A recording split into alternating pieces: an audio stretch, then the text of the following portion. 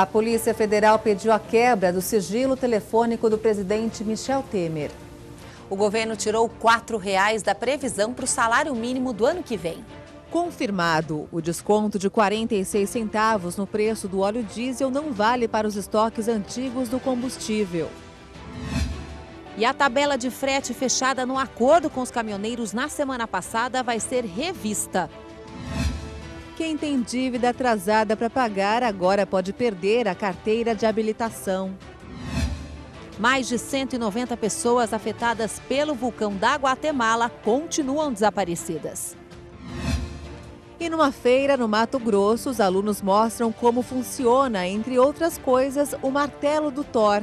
São alguns dos destaques do Jornal das 18 horas, que começa agora.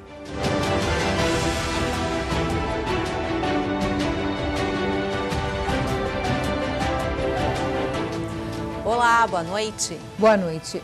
A polícia fez buscas na casa do ex-policial militar Orlando Curicica. Ele é suspeito de participação na morte da vereadora Marielle Franco e do motorista dela, Anderson Santos.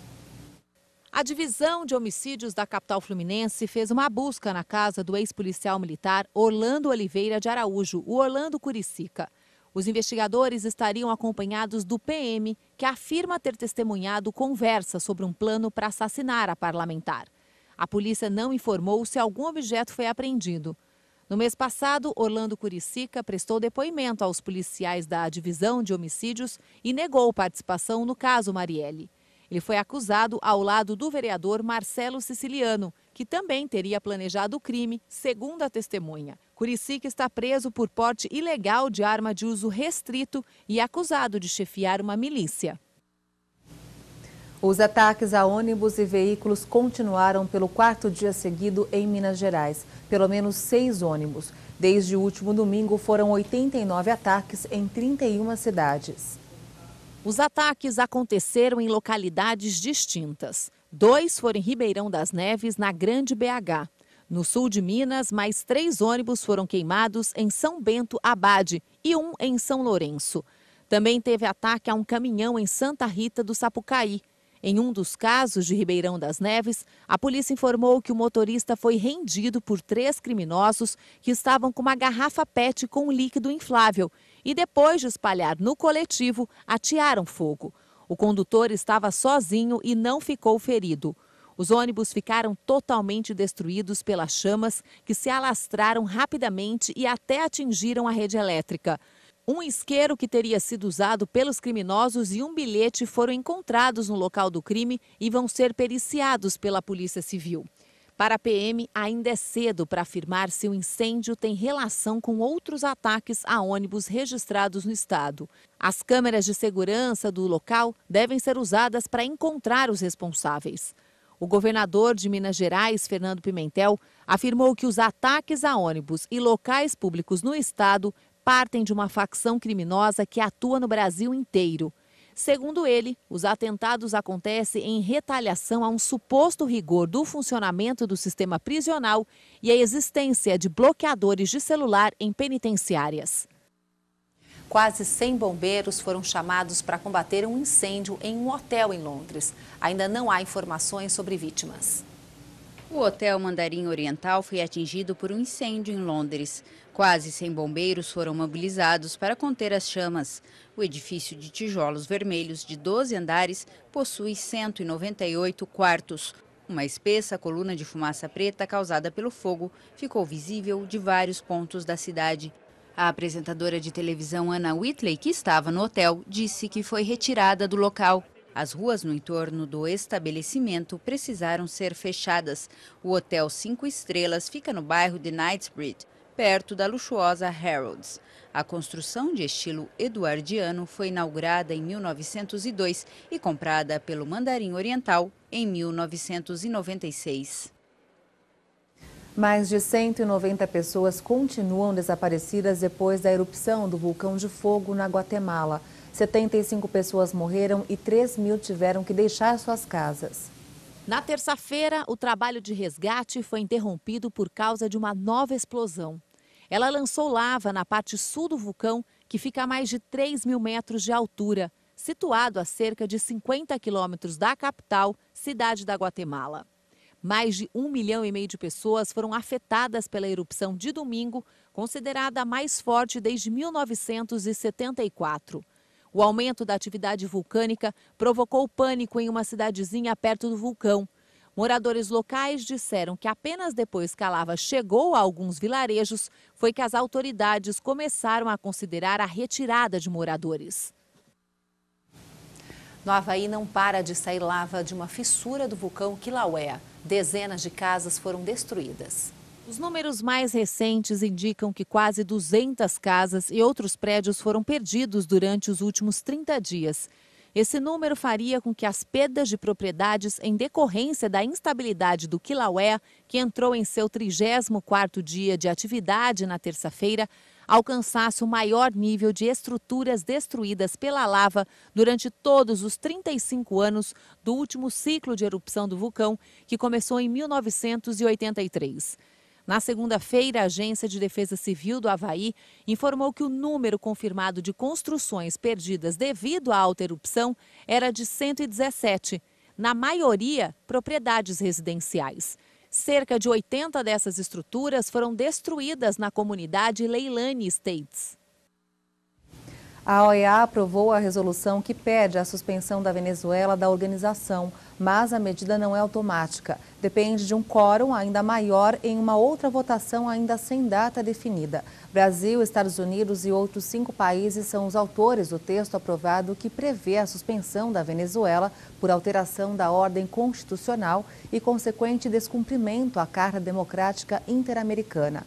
A proposta também não reconhece a legitimidade das eleições de 20 de maio, nas quais Nicolás Maduro foi reeleito como presidente. O governo decidiu reduzir a previsão para o salário mínimo do ano que vem. Tirou R$ 4,00 de cada pessoa que recebe o menor rendimento do país para economizar R$ 1,2 bilhão. O último valor do salário mínimo previsto na proposta de lei de diretrizes orçamentárias de 2019 estava em R$ 1.002. A nova revisão baixou o mínimo para R$ 998. Atualmente, o salário mínimo, que serve de referência para cerca de 45 milhões de pessoas, está em R$ 954. Com isso, o aumento previsto para o próximo ano passou a ser de R$ 44. O reajuste menor vai fazer o governo deixar de gastar R$ 1,2 bilhão em 2019. A justificativa do governo para a revisão é que a projeção para o Índice Nacional de Preços ao Consumidor teria passado de 3,8% para 3,3%. Esse índice é usado como referência para a correção do salário mínimo do próximo ano. Além da inflação e do resultado do PIB, no reajuste do mínimo de 2019 é feita uma compensação pelo reajuste do mínimo deste ano, que ficou abaixo da inflação medida pelo INPC. Até o fim do ano, o governo ainda pode mudar o valor, caso haja novamente alteração na previsão para a inflação desse ano. Já os funcionários públicos de São Paulo vão ganhar mais. Os deputados aprovaram o aumento do teto dos salários, o que hoje é de quase R$ 22 mil, passou a R$ 30 mil. A votação da proposta de emenda constitucional 5 foi aprovada em segundo turno por 67 votos a favor e 4 contra. Os deputados do PSB, PSDB, PV e DEM votaram em peso. O teto do funcionalismo público passou de R$ 21 mil para R$ 30 mil. Hoje ele é equiparado ao salário do governador do estado, que é de R$ 21.800. Com a PEC, ele passará para R$ 30 mil mensais e será baseado nos ganhos dos desembargadores. Os fiscais de renda foram os que mais comemoraram a votação. Eles acompanharam tudo de perto com grande participação na plateia. A medida não depende da sanção do governador. Após a aprovação da Assembleia, ela é promulgada e já estará em vigor. A proposta do deputado Campos Machado, do PTB de São Paulo, vai beneficiar pelo menos 4 mil funcionários públicos. A PEC já tinha sido aprovada em primeiro turno em abril. E com os remédios cada vez mais caros, uma nova pesquisa da Fundação Procon serviu para mostrar ao consumidor que é fundamental pesquisar antes de ir à farmácia. Os fiscais encontraram até casos em que o mesmo remédio custava quase 850% a mais do que em outra farmácia. Em uma padaria, o paracetamol de 200 miligramas em gotas foi encontrado por R$ 10,44. Só que em outro estabelecimento, o mesmo medicamento foi encontrado por apenas R$ 1,10. O Zentel, também chamado de albendazol, foi achado por R$ 12,88 numa farmácia e em outra por R$ 3,92. Diferença grande. A pesquisa identificou que os medicamentos genéricos são 59,82% mais baratos do que os de marca. Por isso, é importante pesquisar. O desmatamento na Amazônia cresceu em velocidade assustadora. Em 2 anos, já atingiu 162 mil hectares. O levantamento realizado a pedido do Ministério Público Federal, com o apoio do IBAMA, conseguiu mapear uma grande área da floresta amazônica que está sendo desmatada. O órgão federal identificou 2,3 mil pessoas ou empresas associadas a todos os desmatamentos ilegais com área igual ou superior a 70 hectares realizados na Amazônia entre agosto de 2016 e julho de 2017. Esse levantamento mapeou 162 mil hectares de remoção de floresta a corte rasos nos 9 estados da Amazônia Legal. Os laudos periciais que identificam áreas e possíveis responsáveis foram produzidos a partir da análise de imagens de satélite e do cruzamento de informações. O campeão de áreas desmatadas é o Pará, com 417 mil hectares. 625 pessoas ou empresas estão associadas aos desmatamentos no estado e as indenizações estão estimadas em 759 milhões de reais. Em seguida, vem o estado do Mato Grosso, com 411 áreas desmatadas, e depois Rondônia, com 346. Um dos objetivos é evitar a regularização fundiária de áreas com a remoção ilegal de vegetação e estimular que compradores de terras e de produtos vindos da Amazônia deixem de alimentar as cadeias produtivas. E veja a seguir a confusão sobre o mercado de combustíveis no Brasil. E ainda entre as novidades de uma feira de magnetismo no Mato Grosso do Sul, apareceu até um martelo igual ao do Thor. Os detalhes em instantes. Até já!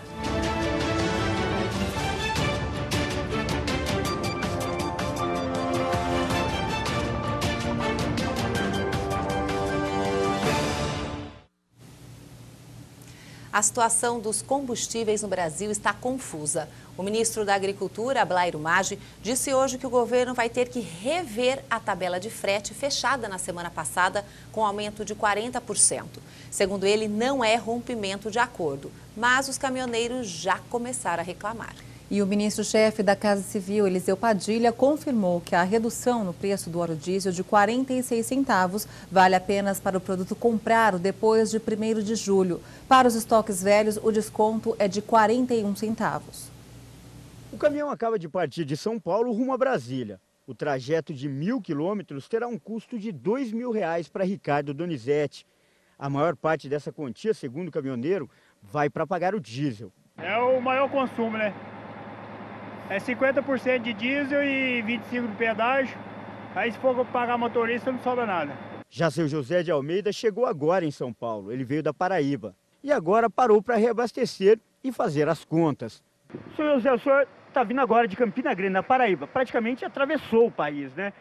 Uma viagem dessa, o senhor gasta muito? Eu gasto na faixa de R$4.000. Isso com o preço novo ou com o preço antigo do diesel? Com o antigo. No novo, é o primeiro abastecimento no novo. Depois da greve geral, os caminhões estão de volta à estrada. E muitos reclamam que ainda não sentiram diferença significativa no preço do diesel. Os custos para viajar ainda são altos e devem ser repassados para o valor cobrado do frete. Inicialmente, o governo havia anunciado que o desconto de 46 centavos no diesel passaria a valer já a partir desta semana. Mas nesta quarta-feira, o ministro da Casa Civil, Eliseu Padilha, fez uma nova projeção. Segundo ele, Este desconto só deve chegar às bombas a partir do próximo dia 15. E o motivo, segundo o ministro, é que muitos postos ainda contam com estoques antigos. Por isso, vão vender mais caro. A declaração do ministro foi feita durante entrevista à rádio CBN. Quanto tempo demora para chegar na ponta? Então, essa é a pergunta.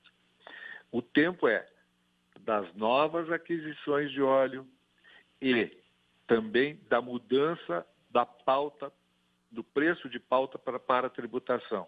Esse preço muda de 15 em 15 dias. O ministro também afirmou que a redução também depende dos estados, que serão responsáveis por tributar o ICMS do diesel. Essa economista, consultada por nossa reportagem, acredita que um dos problemas para os novos preços entrarem em vigor é que o governo ainda não deixou claro como irá compensar o desconto no valor do diesel. Vai haver um repasse desse desconto que foi feito no diesel.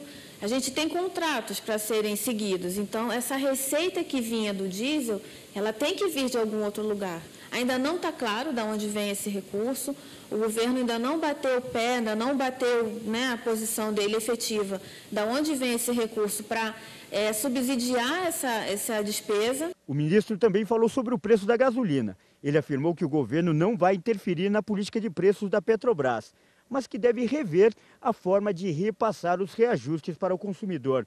O repasse dos preços cobrados nas refinarias para o consumidor depende das distribuidoras e dos donos de postos. Entre os motoristas, as reclamações aumentaram muito depois da greve dos caminhoneiros. Para encher esse tanque, quanto você gasta? 180 reais. Agora vai para 250, 220. Vai aumentar? Muito. E agora, aumentando nesse valor, não dá para sair com o carro sempre, né? Agora tem que pensar... Agora é só para o mercado ou a doença, só caso necessidade extrema. Baixou muito pouco. Porque se você olhar a gasolina tem posto aí hoje, mesmo coloquei, que isso é álcool, estou colocando álcool. Mas hoje foi, ontem no final do dia, eu coloquei gasolina 4,59. Para encher o tanque de gasolina, o senhor gasta quanto mais ou menos? Sim, mas foi encher o tanque e gastar quase 200 reais hoje. Aumentou e aumentou bastante. Muito? Muito. Eu pagava na gasolina R$3, hoje pago R$4,20. E no álcool eu pagava R$2,50, hoje estou pagando R$2,80. Para encher o tanque desse carro, em média o senhor gasta quanto? Hoje eu estou gastando quase R$200 e é um carro popular. A Polícia Federal pediu a quebra do sigilo telefônico do presidente Michel Temer e dos ministros Moreira Franco e Eliseu Padilha. O pedido foi feito no inquérito que apura o suposto pagamento de uma propina de R$10 milhões combinada durante um jantar no Palácio do Jaburu 4 anos atrás. A polícia pretende rastrear um telefonema do presidente e dos 2 ministros para acertar o pagamento que teria sido feito pela Odebrecht. Quem tem dívida para pagar agora corre o risco de perder a carteira de habilitação para dirigir veículos. É tudo porque o Superior Tribunal de Justiça mandou recolher a carteira de um devedor. A medida poderá valer para todo mundo. Os ministros da 4ª turma do STJ decidiram proibir a apreensão do passaporte de um inadimplente. Eles alegaram que a medida era desproporcional e feria o direito de ir e vir. Mas mantiveram suspensa a Carteira Nacional de Habilitação, que já havia sido determinada em primeira instância. Essa decisão foi tomada com base à análise de um recurso de um caso específico de um homem cobrado na Justiça. Ele devia quase R$17 mil para uma escola do interior de São Paulo e não pagou a dívida. Como a escola não recebeu o valor, entrou com uma ação pedindo o cancelamento da carteira de habilitação e o passaporte dele como forma de pressioná-lo. A Justiça do Interior de São Paulo chegou a apreender os documentos. O homem recorreu e agora a decisão foi para Brasília. Como o STJ é o tribunal responsável por uniformizar o entendimento do Poder Judiciário, o processo servirá de referência para casos parecidos. A produção de veículos no Brasil caiu 15% em maio em relação ao mesmo período do ano passado. Os dados foram divulgados nesta quarta-feira pela Anfávia, Associação Nacional dos Fabricantes de Veículos Automotores. No total, foram feitos 212 mil automóveis, comerciais leves, caminhões e ônibus. A entidade calcula que a greve dos caminhoneiros tenha reduzido a produção para o mês entre 70 e 80 mil unidades. A Câmara aprovou a criação de licença paternidade para avós e proibição do casamento para menores de 16 anos. As propostas ainda precisam ser analisadas pelo Senado. A Câmara dos Deputados aprovou o projeto que concede uma licença-paternidade de 5 dias para avós maternos quando o pai da criança não for declarado na certidão de nascimento. O objetivo é dar assistência às mães no momento do parto, com apoio do avô ou da avó maternos. Os deputados aprovaram um texto apresentado pela deputada professora Dorinha Seabra Rezende, do DEM do Tocantins, que fez algumas alterações na proposta original. O projeto agora será analisado pelo Senado. A proposta ainda incluiu um dia de dispensa ou licença para as mães que doarem leite materno, desde que esse serviço seja comprovado pelos bancos oficiais de aleitamento materno. A Câmara ainda aprovou o projeto da deputada Laura Carneiro, do DEM do Rio, que muda o Código Civil para acabar com casamentos antes dos 16 anos. A proposta também vai ao Senado. Atualmente, o Código Civil permite o casamento de jovens com menos de 16 anos que eram permitidos em caso de gravidez. O projeto acaba com essas exceções. Segundo Laura Carneiro, os estudos indicam que 877 mil meninas de 15 anos se casaram no Brasil. Segundo a deputada Maria do Rosário, o Brasil é o 4º país no mundo em números absolutos em casamentos infantis. Quem já viu o Martelo de Thor no cinema, agora pode encontrar um bem parecido aqui na Terra. Quem mostrou foram os estudantes de uma universidade que apresentaram várias experiências com o magnetismo.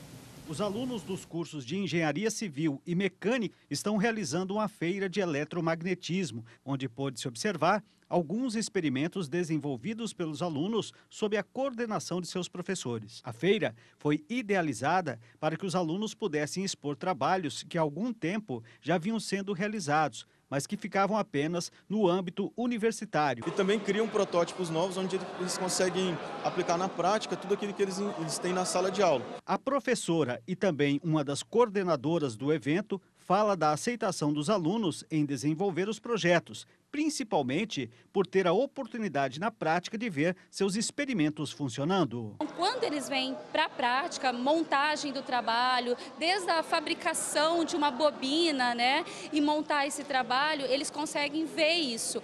Um dos projetos expostos na feira é o da bobina de Tesla, que através de ondas magnéticas geradas pelos eletrodos, cria um campo magnético capaz de acender uma lâmpada ou até gerar força para erguer materiais metálicos de grande proporção, como podemos ver neste exemplo explicado pelo aluno Gilberto Carlos Tesaro. Esse projeto é conhecido a marreta de Thor, né? A gente fez ele com bastante tempo, demorou muito, né? Ele é uma marreta eletromagnética, ele forma um campo magnético que atrai os átomos para ele. Ele suga o metal e não consegue tirar de jeito nenhum. Ele é 3 bobinas bem planas e quando em contato com o metal, ela provoca a reação de eletromagnetismo e não solta. Para ela é uma imã gigante, né? Você não consegue tirar de jeito nenhum. E essa edição termina aqui. Uma ótima noite para você e até amanhã. Uma ótima noite para você e a gente se vê amanhã.